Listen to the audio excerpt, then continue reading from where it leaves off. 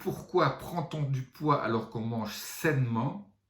Ben, on a trouvé un phénomène en dehors dans notre environnement qui va vous faire gagner du poids, et je vous explique tout de suite comment s'en protéger et faire en sorte que vous le reperdiez ce poids.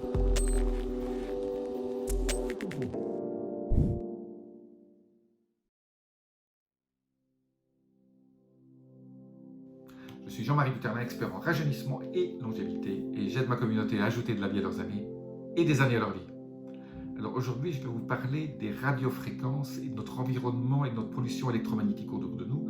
Des études viennent de sortir sur le stress cellulaire engendré par toutes ces fréquences qui sont autour de nous, entre la 4G, la future 5G et toutes ces fréquences électromagnétiques que nous avons autour de nous par le Bluetooth, mais surtout par le Wi-Fi par exemple.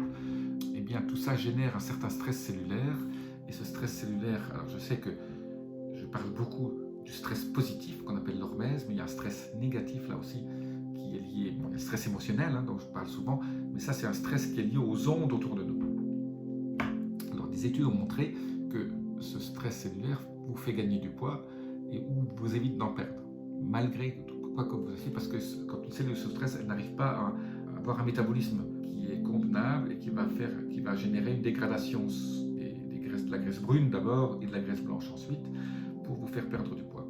Alors comment s'en protéger? D'abord, il faut en prendre conscience. Ça, c'est la première chose.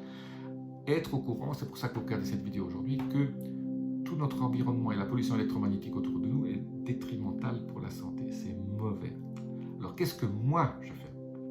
La première chose à faire absolument, c'est d'avoir switch off-on de tous vos routeurs sur un truc. Donc, quand vous allez vous coucher, n'oubliez pas, vous avez un gant, vous éteignez votre routeur pour ne pas avoir de Wi-Fi pendant la nuit.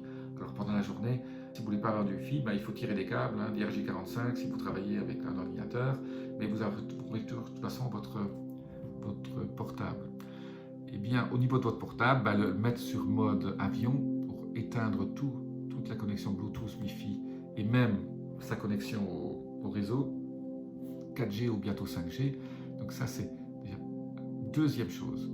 La troisième, pour ceux qui connaissent un peu mieux comment leur maison est faite, il faudrait faire prendre ce qu'on appelle des prises bipolaires, avoir des systèmes où tout votre réseau électrique est protégé. Bon, il y en a sur Internet, je ne vais pas en donner, mais tapez sur Google protection EMF de votre maison.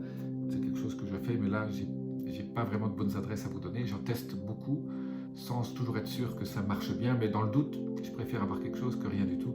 Mais en tout cas, je dors beaucoup mieux depuis que j'ai mis en place ces procédures. Bien sûr, après, pour ceux qui peuvent, ceux qui ont la liberté financière et la liberté tout court pour s'installer dans les régions du monde ou de France ou d'Europe, c'est toujours mieux d'être dans un endroit où vous êtes loin d'une tour 4G, où vous êtes loin, bien sûr, de ces fils à haute tension qui émettent un champ électromagnétique, et être près de la mer aussi, ça aide à ce niveau-là. Voilà, c'est un ensemble de petits détails de tous les jours qui va faire en sorte que votre stress cellulaire va baisser. Vous allez voir d'ailleurs une différence aussi au niveau de votre énergie.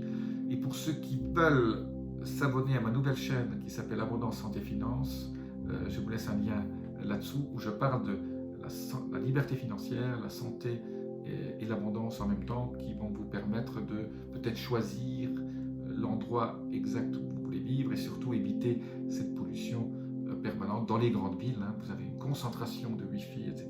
Dans les appartements aussi, vous avez le Wi-Fi de tous vos voisins qui vous arrivent chez vous, qui eux ne détectent pas, donc là vous ne pouvez pas l'éviter. C'est pour ça que moi j'essaie toujours de vivre loin d'autres maisons et de faire en sorte que je ne sois pas pollué. Donc ce sont des petits détails, mais qui, tous les jours en étant agressés, finissent par s'accumuler dans votre corps et à vous faire vieillir prématurément et vous faire oublier que vous avez l'énergie que vous méritez. Et la fatigue n'est pas quelque chose sur lequel il faut se résigner, il faut y travailler.